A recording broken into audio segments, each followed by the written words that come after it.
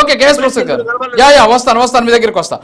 ఒక్క నిమిషం వస్తాను సార్, ఒక్క నిమిషం వస్తాను. నాగేంద్ర గారు, ఇప్పుడు కేఎస్ ప్రసాద్ గారు ఒక మంచి మాట చెప్పారు. ఏంటి అంటే, నాకు నచ్చినటువంటి కంపెనీలో షేర్ మార్కెట్ ఓపెన్ చేసుకొని నేను అందులో పెట్టుబడులు పెడతాను అన్నారు. కానీ ఈ కేసులకు సంబంధించి ఎవరైతే షేర్లు పెట్టారో వాళ్ళకి ప్రభుత్వం నుంచి మేలు జరిగాయి. సో ఆ విషయం ఇక్కడ ఇంపార్టెంట్. అవి కూడా దర్యాప్తు సంస్థలు అదే విషయాన్ని లేవనెత్తుతున్నాయి. దాని గురించి ఏం చెప్తారు మీరు? సార్, ఇప్పుడు ఆయన యుద్ధం చేయడానికి ఆయుధం అవసరం లే, ఆయన పడిపోతాడు మన మీద, అంతే. ఇంక మనం ఏం చేద్దాం సార్? చెప్పింది మనం అడిగిన దానికి మాత్రం సులువుగా ఒక స్వీట్ బిస్కెట్ పెట్టినట్టు ఆన్సర్ ఇచ్చేస్తాం. తర్వాత బయలుదేరి ఇప్పుడు ఆయన జగన్మోహన్ రెడ్డి సార్ ఒక్క నిమిషం సార్, మేము చిన్నపిల్లలు. జగన్మోహన్ రెడ్డి గారి యొక్క అవినీతి, ఆ ప్రాస్పెక్టస్, దాని గురించి మాట్లాడితే ఈయన కూడా మామూలు సామాన్య మానవుడిలాగా ఆ ముందుంటోడు సంపాదించలేదా, ఈ పని నిన్న కూడా అదే అన్నాడు, అన్న కూడా ఉన్నాడు. అంటే అవి ఎవరో వెనకింటోడు సంపాదించలేదా, లాలూ ప్రసాద్ యాదవ్, సుజనా చౌదరి, అవన్నీ ఎందుకయా? ముందు అంటే వీళ్ళందరి పేర్లు చెప్తున్నాడంటే చెప్పకనే ప్రసాద్ సార్ మా ఓడు 4 సంపాదించుకున్నాడు, 1 లక్ష కోట్లు సంపాదించకూడదుగా ముఖ్యమంత్రిగా అని చెప్తున్నాడు. అది మేము కూడా అదే యాక్షన్ చేస్తాం. నేనేమంటున్నానంటే ఆయన అటు తిరిగి దీంట్లో ఎందుకు పెట్టకూడదు, నాకు ఇష్టం వచ్చిన కంపెనీలో పెడతా, అసలు పెట్టిందే బోగస్ కంపెనీ, ఆయన ఆడిటర్ అని చెప్పినాడు. పేపర్ మీద తప్ప ఏమీ కనపడదు. వీళ్ళు మళ్ళా ఇన్ని కోట్లు ఆడా, అన్ని కోట్లు ఏడా, ఇన్ని కోట్లు ఏడా దాటుకుంటా బయటికి పంపించి బయట నుంచి మళ్ళా వైట్ తీసుకొచ్చి ఇన్ని కోట్లు రాసి సంపాదించాడంటే నేనేం అడుగుతున్నానంటే, ప్రసాద్ సార్ ఇవన్నీ నాకు పక్కన పెట్టి నాకు కూడా ఒక కంపెనీ పెట్టి సార్ అని అడుగుతున్నా. మాట్లాడితే అదేదన్నా ఉంటే చచ్చిపోతున్నాం రోజు ఈ పేదరికంలో ఎందుకు సార్? మాకు కూడా అతని కంపెనీ ఒకటి పెట్టి ఎవడన్నా ఇష్టం వచ్చిన కూర్చొని మా కంపెనీలో వేసేట్టుగా పెట్టండి. అట్టగా మీరు పెద్దవాళ్ళు, మేము నేర్చుకునే స్థితిలో ఉన్నాం. మీరేం చెప్పాలి నాగేంద్ర గారు? రైట్, ఒక క్షేత్ర స్థాయి నుంచి కూడా మీరు ఒక పోరాటంగా పోతున్నారు, బాగుపోతున్నారు అనండి, మాకు సంతోషంగా ఉంటుంది బ్రహ్మంగాని నాలాంటి వాళ్ళకి. అంతేగాని మీరే మాకు నేర్పిస్తా ఉన్నట్టున్నది. అరే బాబు, ఈ కోర్టులో ఈ పిటిషన్ ఇరా, లేకుంటే ఈ డబ్బుని ఇటు తెప్పించుకోరా, ఇటు చెప్పిరా అంటే మాకు సన్మార్గం చూపించమని అడుగుతున్నాం మేము ప్రసాద్ సార్ని. ఎందుకంటే ఆయన దగ్గర చాలా విద్యుత్తు, చాలా విద్వత్తు ఉంది.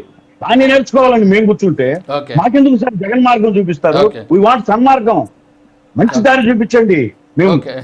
మేము 100% ఈ సమాజంలో ఒక మంచి జరగాలి, మంచిగా ఉండాలి, అవినీతి నశించాలని ప్రయాణం చేసేవాళ్ళు. ఇందాక ఒక మాట అన్నారు, నిజంగా హ్యాట్స్ ఆఫ్. అంటే దాన్ని కూడా నేను అన్నారు, ఒక వైసీపీ నాయకుడు ఎవరు, జగన్ అసలు పవన్ కళ్యాణ్కి డబ్బు పెట్టి వస్తుంది అని. నేను వాళ్ళ భాషలో చెప్పలేను కదా, నేను డబ్బులు ఆయనే చెప్పాడు. ఇప్పుడు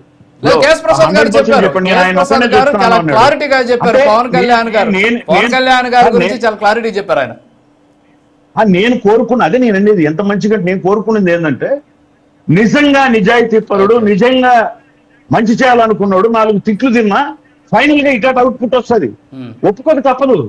ఎందుకని లేదండి అటువంటి వ్యక్తి కాదు, ఆయన చేస్తున్నాడు అంటాడు. అది ఆనందం, అది సంతోషం. అంతేగాని ఇప్పుడు సార్ ఒక్క నిమిషం సార్, రెండోది ఏమన్నాడంటే, నా పాయింట్ ఒకటి ఉంది, నేను క్లోజ్ చేస్తా. ఇలా చేసి నాగేంద్ర గారు వాళ్ళ గవర్నమెంట్ ఉందా, కాంగ్రెస్ గవర్నమెంట్ ను వాళ్ళ కొడుకు ఎంపీని అందరినీ అడ్డపెట్టుకుని వాళ్ళు న్యాయం చేశాడు. అప్పుడు ప్రభుత్వాలు లేవా అంటే, ప్రభుత్వం మారి టీడీపీ వచ్చి ఉమేష్ చంద్ర అని ఒక అధికారికి వస్తేనే జిల్లాలోనే లేకుండా పోయినాడు సార్. అంత పెద్ద రాజ్యాంగం, ఆధారెడ్డి రాజ్యాంగం అని చెప్తున్నా ఆయన జిల్లానే వచ్చి విదిలిపోయినాడు, బెంగళూరులో తలదాచుకున్నాడు.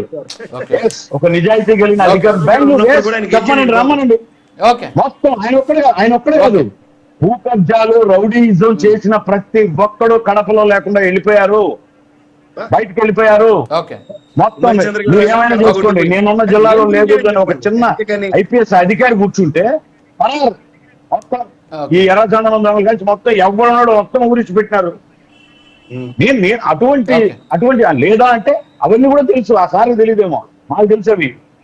నేనేమంటున్నానంటే 100% జరిగిన దాన్ని మీరు వెనక వేసుకురాకండి.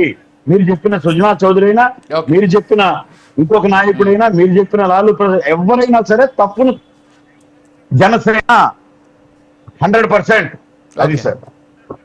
Okay yeah okay. చిన్నపరెడ్డి గారు జాయిన్ అయ్యారు, వైఎస్ఆర్ కాంగ్రెస్ పార్టీ అధికార ప్రతినిధి. సార్ గుడ్ మార్నింగ్ చిన్నపరెడ్డి గారు. ఏంటి ఓవరాల్గా ఈడీ దూకుడు పెంచుతోంది, ఈ ఆస్తులకు సంబంధించిన డిస్కషన్ నడిచింది. ఇప్పుడు మీరు చాలా ఆలస్యంగా లేట్ అయ్యారు, బహుశా ఏమైండొచ్చో తెలియదు కానీ. సో ఓవరాల్గా ఏమంటారు మరి, ఈడీ దూకుడు పెంచడం వెనక ఏమన్నా ఉందంటారా రాజకీయం? సార్, వైఎస్ఆర్ కాంగ్రెస్ పార్టీ పుట్టగానే వైఎస్ఆర్ కాంగ్రెస్